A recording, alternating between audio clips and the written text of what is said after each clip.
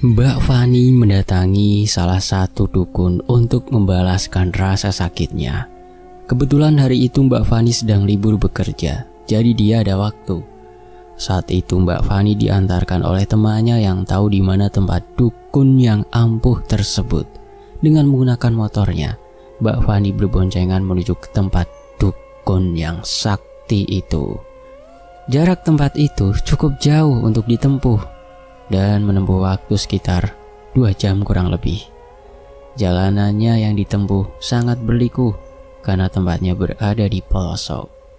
Sesampainya di rumah sang dukun, terlihat di depan banyak orang yang mengantri.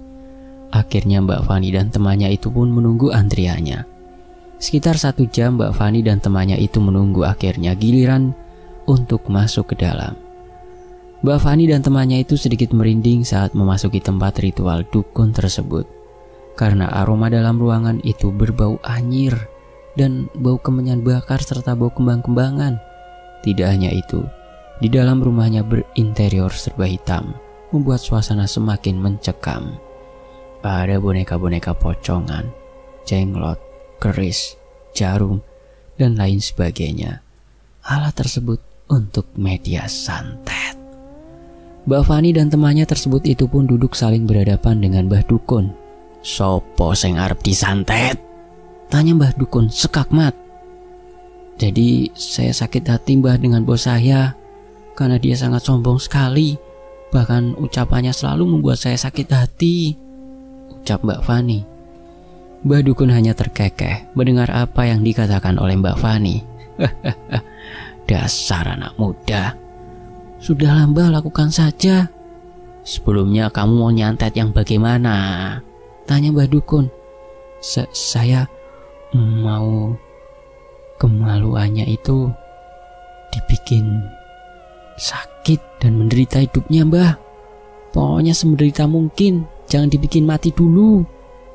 "Kalau begitu kau harus mengambil media untuk santetnya, yakni celana dalam target yang akan disantet.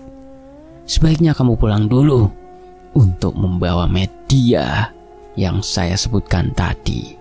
Dan kalau sudah mendapat itu, kamu segera kembali lagi ke sini." "Baik Mbah, saya permisi terlebih dahulu." Padahal mereka sudah menunggu lama antriannya. Namun terpaksa mereka harus pulang terlebih dulu untuk menyiapkan persyaratannya. Singkat cerita, beberapa hari setelah dari rumah Mbah Dukun tersebut, Mbak Fani menghadap-endap ke belakang rumahnya Bu Betty. Dan kebetulan jemuran celana dalamnya Bu Betty itu masih ada di belakang rumahnya. Dan dia yang merupakan karyawannya malam itu masih kerja di rumahnya Bu Betty. Malam itu Mbak Fani mengambil salah satu celana dalamnya Bu Betty. Setelah mendapatkan CD Bu Betty, Mbak Fani pun langsung menyimpan itu baik-baik. Jangan sampai Bu Betty melihatnya. Dan setelahnya dia pamitan bergegas untuk pulang. Sekalian malam itu juga Mbak Fani izin lagi untuk tidak berangkat kerja besok dengan alasan dia ada urusan. "Kamu ini niat kerja apa tidak sih? Saya nanya aja main izin-izin terus. Kalau sudah tidak mau kerja di sini, ya udah, masih banyak yang nyari kerjaan. Dasar pemalas, nggak tahu diri," ucap Bu Betty dengan nada tinggi. Saya mohon Bu, izinkan sekali ini saja Bu. Nanti saya tidak akan izin-izin lagi." Seketika Bu Betty pun langsung menghela nafas panjang. Dan akhirnya Bu Betty pun mengizinkan Mbak Fani untuk besok izin kerja. "Dasar babu nggak tahu diuntung. Ya sudah, saya izinkan. Tapi awas kalau kamu izin-izin lagi." Iya Bu." Setelahnya Mbak Fani pun segera pulang dengan membawa CD-nya Bu Betty. Keesokan harinya, Mbak Fani langsung datang kembali ke rumah Mbah Dukun bersama dengan temannya itu. Sesampainya di rumah dukun tersebut, Mbak Fani langsung memberikan pesanan media yang dibutuhkan untuk media santetnya. Ini Mbah, saya sudah berhasil mendapatkan syaratnya," ucap Mbak Fani sembari memberikan itu kepada Mbah Dukun. Lalu Mbah Dukun pun langsung menyalakan kemenyan dan merapalkan CD itu di atas kemenyan tersebut. Hawa yang dirasa Mbak Fani dan temannya tersebut sangat merinding. Angin kencang merasuk dalam tubuhnya Mbak Fani, membuat bulu kuduknya Mbak Fani berdiri. Setelah selesai merapalkan mantranya, Mbah Dukun membawa celana dalam Bu Betty tersebut ke belakang rumahnya. Dan CD tersebut diletakkan di bawah aliran sungai yang ada di belakang rumahnya. Saat diletakkan di bawah aliran sungai tersebut, Mbah Dukun pun merapalkan mantranya terlebih dahulu. Setelah selesai, Mbak Fani pun langsung membayar mahar kepada Mbah Dukun dan langsung pulang. "Fani, itu piring sama gelas nanti kau cuci ya. Aku mau pergi keluar dulu. Kau jangan pulang dulu. Pulangnya nanti nunggu aku balik," ucap Bu Betty. "Baik Bu, tapi maaf kalau boleh tahu pulangnya jam berapa Bu?" tanya Mbak Fani. Pasalnya dia juga harus pulang karena sudah di luar jam kerjanya. "Ya itu bukan urusanmu, dasar babu. Kau tinggal tunggu saja di sini. Jangan banyak nanya. Apa mau aku pecat? Ucap Bu Betty yang kesal. Iya Bu, ya Bu, ampun. Baik, maaf Bu," jawab Mbak Fani terbata-bata. Bu Betty pun kemudian melenggang pergi meninggalkan Mbak Fani begitu saja. Dia pergi dengan menggunakan mobilnya. Ya begitulah Mbak Fani yang bekerja sebagai asisten rumah tangga di rumah Bu Betty demi memenuhi kebutuhan keluarganya. Tapi Mbak Fani tidak hanya bekerja sebagai asisten rumah tangga saja. Akan tetapi dia juga membantu di toko yang ada di samping rumah. Ya, Bu Betty memiliki toko sembako yang besar. Di sana ada beberapa karyawan juga. Biasanya Mbak Fani kalau semua kerjaan di rumahnya Bu Betty sudah selesai, dia bantu-bantu di toko. Dan dengan itu Mbak Fani mendapatkan gaji yang lebih karena pekerjaannya juga double. Namun Bu Betty ini selalu bersikap semena-mena pada Mbak Fani, bahkan terkesan merendahkan Mbak Fani. Bu Betty yang merasa punya harta dan kaya raya, dia memandang remeh pada Mbak Fani. Bahkan tak pernah sekalipun terucap kata maaf ataupun tolong saat mau menyuruh Mbak Fani. Mbak Fani mencoba bersabar, hal itu demi dirinya mencari rezeki untuk memenuhi kebutuhan keluarganya. Dan seperti yang terjadi hari ini, Mbak Fani yang aslinya sudah pulang pukul 3 sore, namun karena menunggu Bu Betty pulang dulu, mungkin dia akan pulang telat. Berbeda dengan Pak Diro, yakni suaminya Bu Betty. Dia memang seorang pengusaha kantoran dan jarang sekali di rumah karena harus keluar kota. Namun Pak Diro masih menghormati Mbak Fani daripada Bu Betty. Namun karena jarang di rumah ya jadilah Bu Betty yang selalu menginjak-injak Mbak Fani. Akhirnya Mbak Fani pun memunguti piring dan gelas kotor yang berserakan di meja itu. Itu adalah bekas kumpul-kumpul temannya Bu Betty tadi sebelum dia melenggang pergi. Dia membawanya ke dapur lantas mencucinya. Dan berhubung pekerjaan rumah sudah selesai, Mbak Fani mutusin untuk duduk rehat di halaman belakang sambil meminum teh buatannya sendiri. Namun baru saja dia rehat, Salsa, anaknya Pak Diro dan Bu Betty baru saja pulang dan dia datang bersama kawan sekolahnya. Salsa berseru dari ruang depan, "Pembantu, cepat ke sini," ucap Salsa tak sopan. Ya begitulah sifat Salsa dan Bu Betty, memang tak jauh berbeda. Salsa yang lahir dari orang yang berada dan selalu dimanjakan, berdampak pada sikapnya yang kurang sopan itu. Apalagi panutan yang dia tiru adalah Bu Betty yang juga bersikap seperti itu. Mbak Fani pun bergegas menghampiri Salsa dan Salsa langsung berusap, "Lama banget sih babu, niat kerja nggak? Buatin jus jeruk buat kami, buruan, nggak pakai lama. Kulaporin ke mama baru tahu rasa kamu," ucap Salsa dengan diiringi tawa teman-temannya. "Baik Mbak." Dan setelahnya Mbak Fani pun buru-buru bergegas ke dapur dan membuatkan pesanan yang Salsa minta. Mbak Fani setiap hari harus bersabar mendengar kata-kata yang menyakitkan itu. Setelahnya Mbak Fani pun mengantarkan jus ke Salsa dan teman-temannya dan kembali lagi ke halaman belakang. "Ini Mbak, silakan," ucap Mbak Fani sambil meletakkan beberapa minuman dan camilannya. "Ya udah, sana, pergi cepat." Segera Mbak Fani pun bergegas pergi ke halaman belakang rumah. Sementara di ruang depan, kawan Salsa berucap, Sal, lu kok gitu sih sama dia? Kasihan tahu." Kasihan kenapa emangnya? Dia juga digaji kok sama gue." "Ya tapi kan gak sopan." "Udahlah, kenapa malah ngomongin dia sih? Udah, diminum, dimakan silakan." Akhirnya kala itu Salsa dan teman-temannya langsung ngobrol-ngobrol asyik. Singkat waktu, menjelang maghrib, Bu Betty baru saja pulang bersamaan dengan pulangnya teman-teman Salsa. Ruang depan pun berantakan lagi, bekas sisa makanan Salsa dan kawan-kawannya. Mbak Fani yang semestinya sudah pulang, dia malah disuruh bebenah lagi dan cuci-cuci lagi. Dia pun terpaksa melakukannya. Namun bukannya Salsa yang diperingatin, malah Bu Betty ini menyalahkan Mbak Fani karena rumah makin kotor. Padahal itu jelas-jelas ulah anaknya sendiri. Aduh, kamu ini gimana sih? Masa rumah kotor berantakan banget, dari tadi ngapain kamu, Maaf Bu, tadi Mbak Salsa sama teman-temannya di sini dan mereka baru pulang, jadi saya baru mau beres-beres. Dasar babu, kenapa jadi nyalahin anak saya? Udah, sana, kamu beresin yang bersih, baru kamu boleh pulang. Baik Bu. Mbak Fani yang sudah lelah sekali, sebenarnya dia mencoba tetap kuat membersihkan ruangan itu yang kotor dan berserakan. Dia tetap sabar dan mencoba ikhlas dengan perlakuan bosnya itu. Singkatnya, usai selesai, Mbak Fani pun akhirnya baru bisa pulang setelah ba'da maghrib. Bu, maaf Bu, saya pamit, permisi pulang. Semuanya sudah saya bereskan Bu. Ya sudah sana, pergi, besok berangkat. Akhirnya Mbak Fani pun beranjak pulang ke rumah. Benar-benar Bu Betty tidak ada etikanya sama sekali. Tidak mengucapkan terima kasih atau apa sama sekali.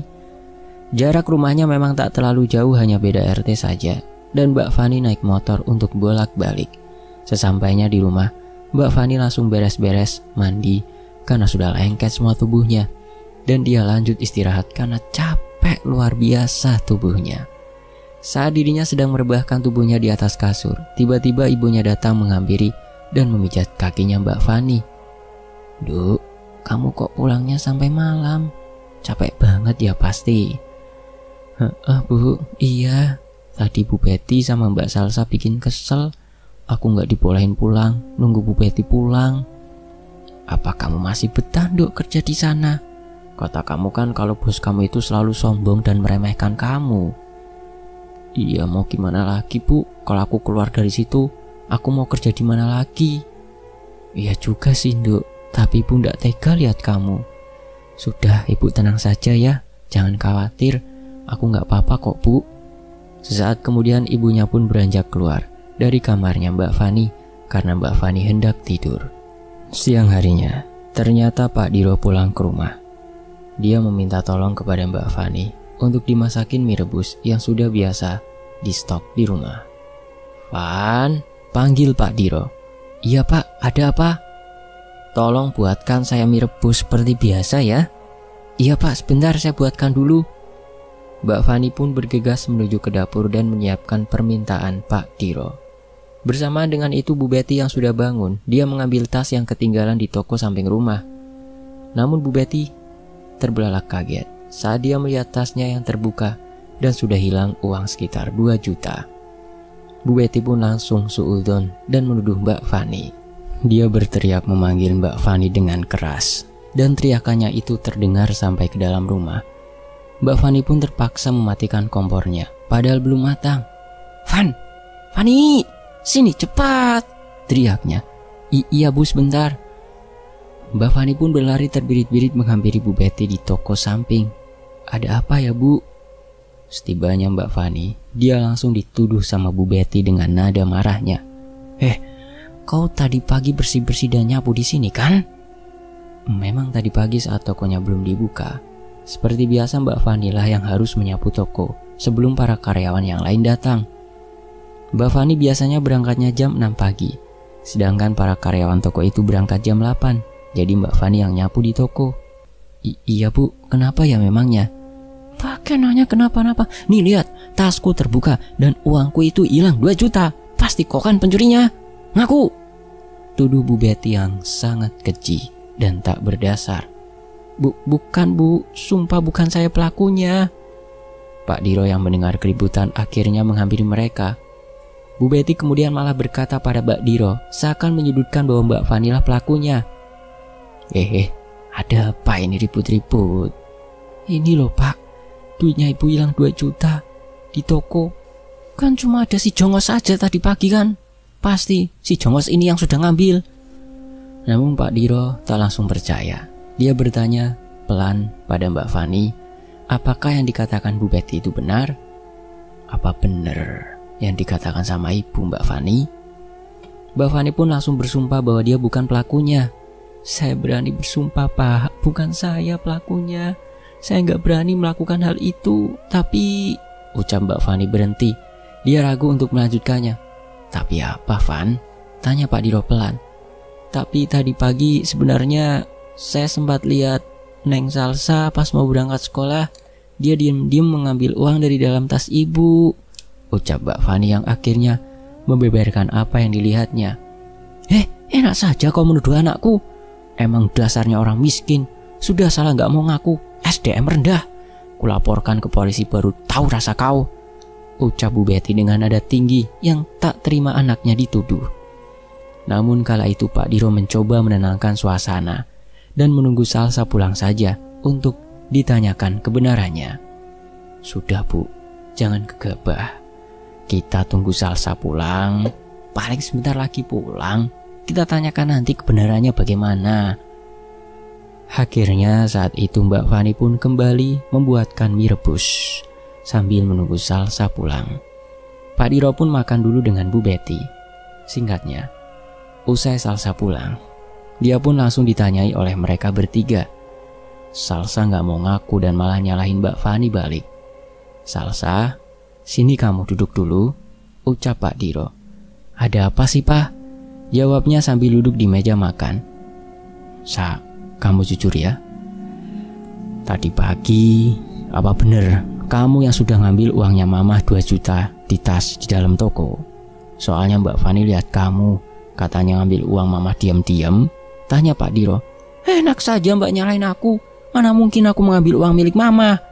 Aku kan tinggal minta. Pasti kan Mama berikan. Ngapain aku nyuri-nyuri?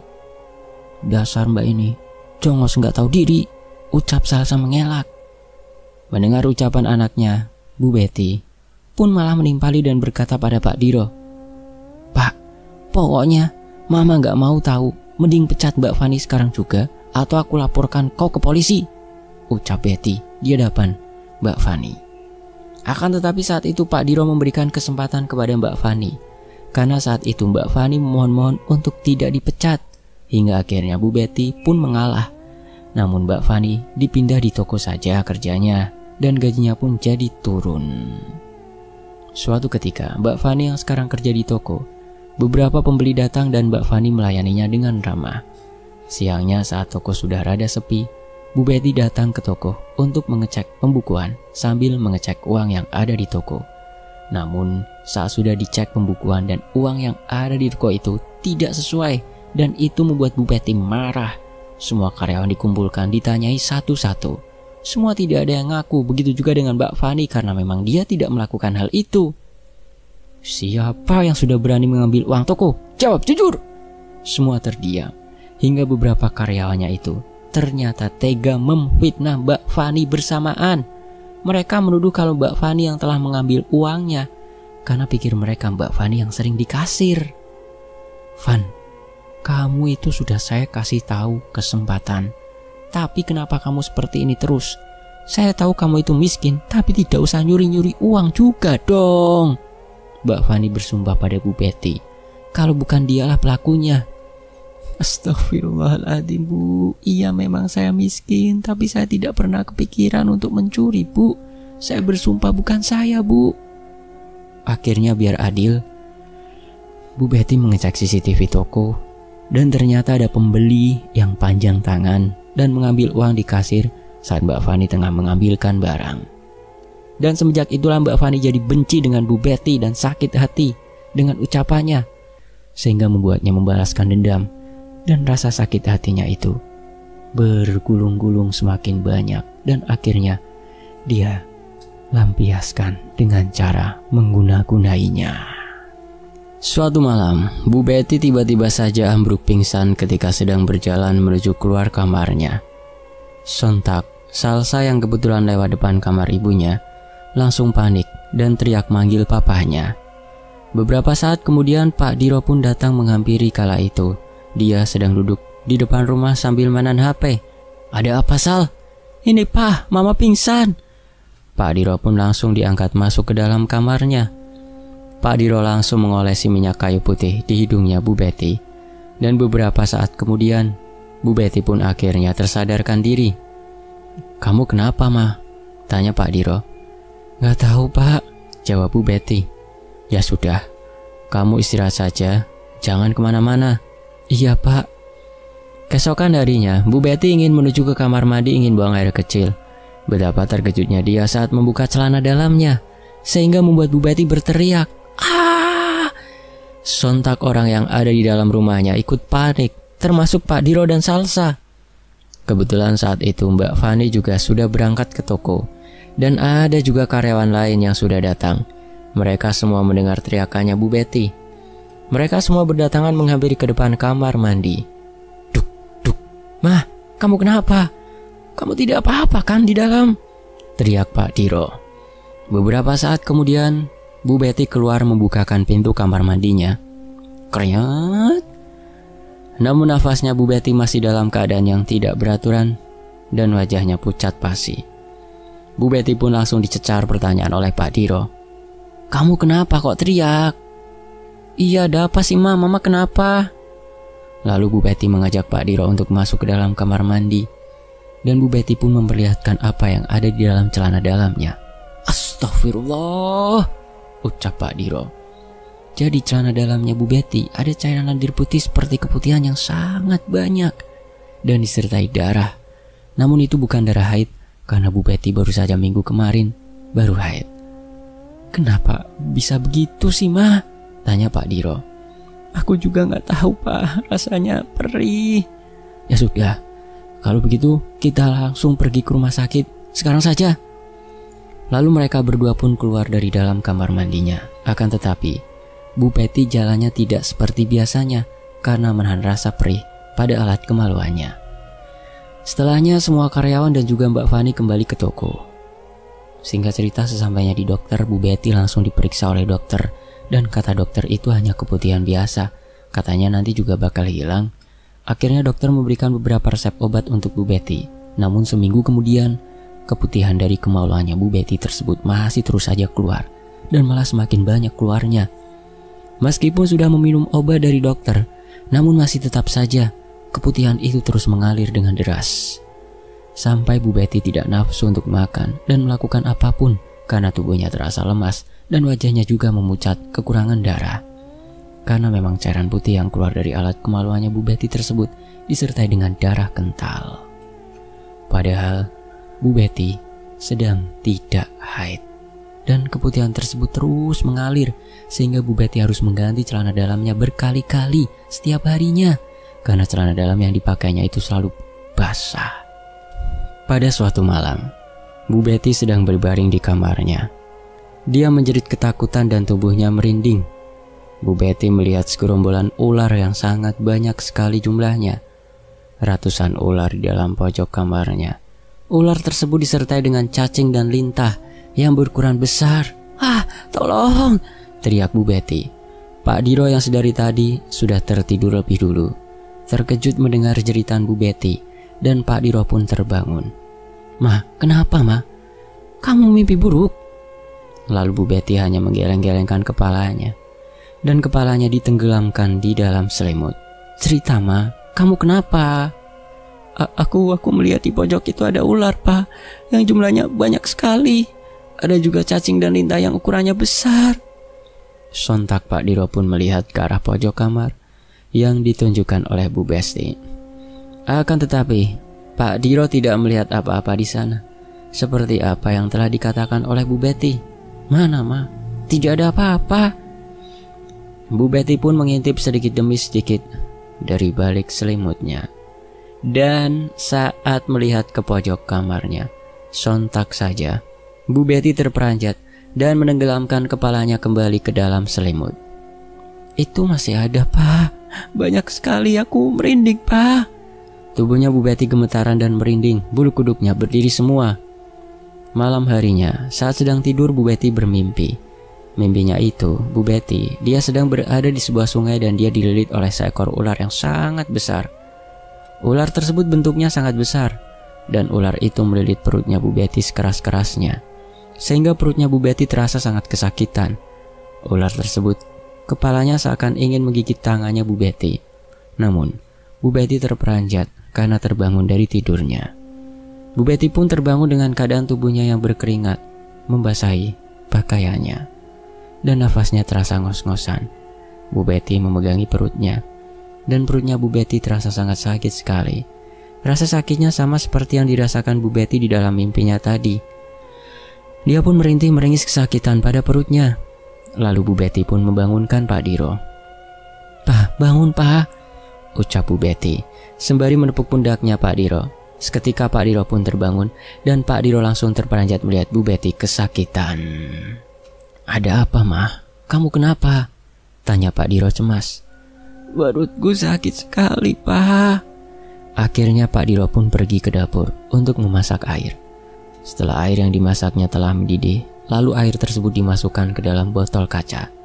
Kemudian botol air panas tersebut diberikan kepada Bu Betty dan diletakkan di atas perutnya supaya rasa sakit yang ada pada perutnya sedikit menghilang. Dan benar, beberapa saat setelah botol air hangat tersebut diletakkan di atas perutnya Bu Betty, sudah terasa mendingan pada perutnya. Keesokan harinya, Bu Betty tubuhnya terasa kaku dan wajahnya sangat pucat pasi. Sedangkan keputihan dari alat kelaminnya Bu Betty masih terus saja mengalir deras dan dicampur dengan darah kental dan baunya yang sungguh tidak enak. Siang itu Bu Betty ingin buang air kecil, namun dia untuk jalan saja sangat susah, sehingga Bu Betty pun dipapa oleh suaminya menuju ke kamar mandi. Saat sedang buang air kecil, Bu Betty kembali berteriak dari dalam kamar mandinya. Sontak Pak Diro dan Salsa pun menghampiri ke kamar mandi. Lalu Bu Betty memperlihatkan kembali kepada suaminya. Sontak Pak Diro terkejut saat melihat ada seekor cacing yang ukurannya cukup besar keluar dari alat kemaluannya Bu Betty. Cacing tersebut lalu dimasukkan ke dalam kantong plastik kecil dan diperlihatkan kepada Salsa. Karena merasa ada kejanggalan dengan apa yang dialami oleh Bu Betty, akhirnya mereka semua berembuk tentang penyakitnya Bu Betty tersebut. Kala itu, kebetulan orang tuanya Bu Betty datang ke rumahnya setelah tahu Bu Betty yang menderita sakit aneh. Mereka semua berkumpul di ruang keluarga dengan Bu Betty yang terasa sangat lemas lesu. "Bapak rasa ini bukan penyakit biasa." "Maksudnya, Pak?" "Iya, Betty ini sepertinya diguna-guna orang." "Saya rasa juga seperti itu, Pak," timpal Pak Diro. Mendengar apa yang dikatakan bapaknya, Bu Betty pun menceritakan semuanya kepada kedua orang tuanya yang dia lihat di pojok kamarnya. "Aku juga selalu melihat di pojok kamar ada ular, cacing, lintah yang ukurannya sangat besar dan jumlahnya ratusan, Pak, Bu. Tapi anehnya, hanya aku saja yang melihat. Mas Diro tidak melihat sama sekali." "Nah kan, sudah pasti ini dia sudah diguna-guna sama orang," jawab bapak. "Tapi siapa Pak yang tega membuat anak kita satu-satunya seperti ini?" tanya ibunya Bu Betty. "Bapak juga tidak tahu. Besok kita pergi ke orang pintar untuk meminta tolong apa yang sebenarnya terjadi dengan dia." Semenjak Bu Betty yang sudah sakit-sakitan dan selalu diganggu di rumahnya, Mbak Fani pun resign kerja dengan Bu Betty dan Pak Diro. Bu Betty dan Pak Diro pun akhirnya menyetujui, tapi Mbak Fani tidak diberikan pesangon sama sekali. Memang Bu Betty sangat pelit sekali kalau soal gaji kepada karyawannya. Tapi tidak masalah bagi Mbak Fani, karena dia merasa puas setelah Bu Betty sudah sakit-sakitan. Keesokan paginya, mereka segera pergi ke tempat orang pintar. Sesampainya di tempat orang pintar tersebut, Bu Betty langsung direbahkan di kasur yang sudah disediakan sebagai tempat praktek. Mbak Dukun tersebut langsung merapalkan mantranya untuk menerawang apa yang sebenarnya terjadi dengan Bu Betty. Di dalam ruangan tersebut, saat Mbak Dukun sedang merapalkan mantranya, tiba-tiba saja angin kencang datang masuk ke dalam ruangannya dan membuat Pak Diro, Salsa, dan kedua orang tuanya Bu Betty merinding ketakutan. Apalagi di dalam ruangannya tersebut berbau anyir dan kembang-kembangan serta kemenyan, membuat suasana semakin mencekam. Setelah selesai Mbah Dukun merapalkan mantranya, suaminya Bu Betty langsung menanyakan kepada Mbah Dukun apa yang sebenarnya terjadi dengan anaknya yang sematawayang tersebut. "Gimana Mbah, istri saya kenapa?" tanya Pak Diro. "Istrimu telah diguna-guna oleh seseorang.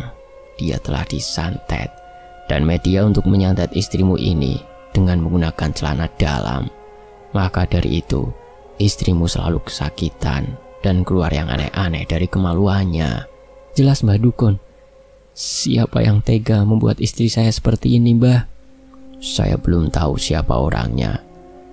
Namun di belakang istrimu itu banyak sekali yang mengikuti. Maksudnya Mbah? Mbah Dukun hanya diam tidak menjawab. Dia hanya menampakkan bibirnya yang tersenyum menyungging. Setelah ngobrol-ngobrol, akhirnya Pak Diro pun sepakat dengan semua ritualnya. Akhirnya Pak Diro ini akan membayar mahar berapapun yang Dukun minta asalkan istrinya ini sembuh. Karena Bu Betty sudah menderita sakitnya ini selama 1 bulan. Tubuhnya sudah sangat kurus, terlihat hanya tulang saja. Karena selama ini Bu Betty tidak nafsu makan sama sekali. Kalau dipaksa untuk makan, selalu saja makanannya dimuntahkan. Dan karena keluar keputihan dari alat kelaminnya yang disertai dengan darah, jadi membuat Bu Betty lemas, kekurangan darah, dan rasa sakit yang dideritanya. Mbah Dukun tersebut akhirnya pun akan berusaha mencoba untuk membantu kesembuhannya. Untuk yang pertama Mbah Dukun lakukan adalah mengeluarkan semua yang ada di dalam perutnya Bu Betty. Mbah Dukun memegangi perutnya Bu Betty lalu merapalkan mantranya. Namun saat Bu Betty dipegangi dan Mbah Dukun merapalkan mantranya, tiba-tiba saja perutnya semakin membesar sehingga urat-urat yang ada di dalam perutnya tersebut terlihat berurat dan perutnya mengencang seperti akan meledak. Bu Betty pun merintih kesakitan dan tubuhnya memberontak sehingga semuanya harus memegangi kedua tangannya dengan kuat. Lalu Mbah Dukun mengambil sebutir telur. Lalu telur tersebut dioleskan pada perutnya yang semakin membesar tersebut. Dia terus mengerang kesakitan. Telur tersebut dioleskan memutar pada perutnya Bu Betty. Dan beberapa saat kemudian, tiba-tiba saja perutnya Bu Betty keluar cacing yang cukup banyak. Mbah Dukun pun langsung membersihkan cacing-cacing yang ada di atas perutnya. Dan celana dalamnya milik Bu Betty tersebut otomatis terlepas dengan sendirinya dari ikatan aliran sungai. Dan celana dalam milik Bu Betty tersebut hanyut.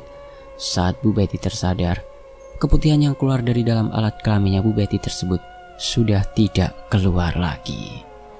Dan Bu Betty sudah sembuh total. Namun sebelum mereka semua pulang, Mbah Dukun mengatakan kalau orang yang mengirimkan santet kepada Bu Betty adalah seorang perempuan yang usianya lebih muda dari Betty. Karena tadi saat Mbah Dukun sedang menerawang, beliau melihat ada bayangan sosok perempuan. Dan sosok perempuan itu pasti adalah si pengirim dari santet celana dalam kepada Bu Betty. Semoga kita semua bisa mengambil hikmah dari kejadian ini dan ambil sisi positifnya saja. Dan tentunya teman-teman bisa terhibur. Tony Apas pamit, mohon maaf kalau ada salah kata. Sampai jumpa di kisah lainnya.